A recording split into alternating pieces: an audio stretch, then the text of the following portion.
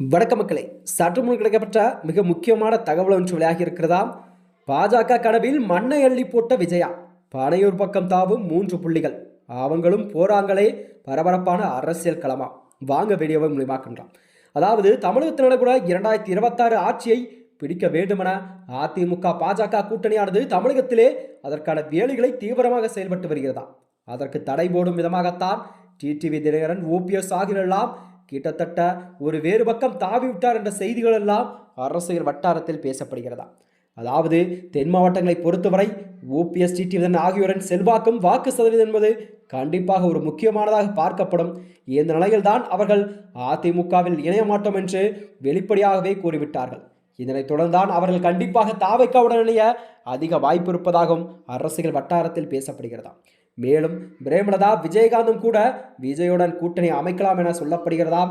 இதனால் அதிமுக பாஜகவுக்கு ஒரு கடும் அதிருப்தியெல்லாம் அடைந்துள்ளதாக தகவல் வெளியாகியுள்ளது.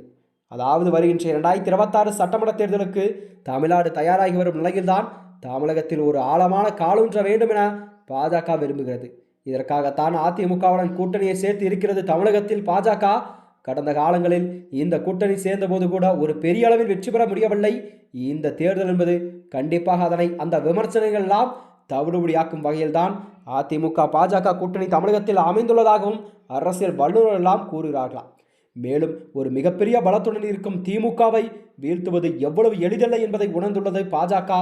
இதற்காகத்தான் அதிமுக பாஜக கூட்டணியை ஒரு வலுவான கட்டமைக்க முயன்றுகிறது.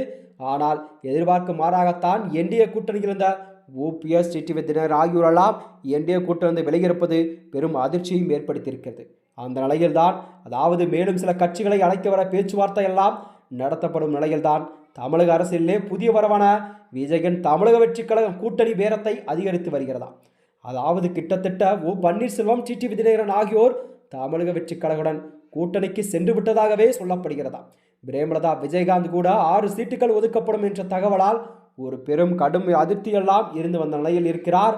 அவரும் கூட கண்டிப்பாக விஜயுடன் கூட்டணியான பேச்சுவார்த்தை எல்லாம் நடத்தப்பட வாய்ப்பு இருப்பதாக சொல்லப்படுகிறதா. இதனால் டெல்லி பாஜக ஒரு பெரும் கடும் அதிர்ச்சியெல்லாம் ஏற்படுத்திய நிலையில்தான் கண்டிப்பாக கடந்த சில நாட்களுக்கு முன்பு அதிமுகவுடன் பியூஷ் கோயல் அவர்கள் தலைமையிலான பாஜக குழுவினர் சந்திப்பு முடிந்த பிறகு தமிழக பாஜக தலைவர் நைனா நாகேந்திரன் செய்தியாளர் சந்தித்தார். அப்போது கூட அவர் தினகரன் மற்றும் ஓபிஎஸ்ஐ கூட்டணியில் சேர்ப்பது குறித்து இன்று எந்த பேச்சுவார்த்தையும் நடக்கவில்லை என்று தெளிவாக கூறினார்.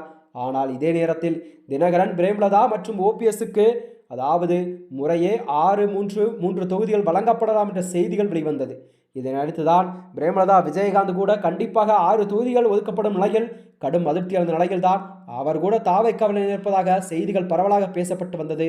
2026 சட்டமன்றத்தில் கண்டிப்பாக ஓபிஎஸ், டிடிவி தினகரன், பிரேமலதா ஆகியோரெல்லாம் கண்டிப்பாக தாவைக்காவுடன் கூட்டணி வைக்க அதிக வாய்ப்பு இருப்பதாகவும் அரசியல் வல்லுநர்களாம் கூறுகிறார்கள்.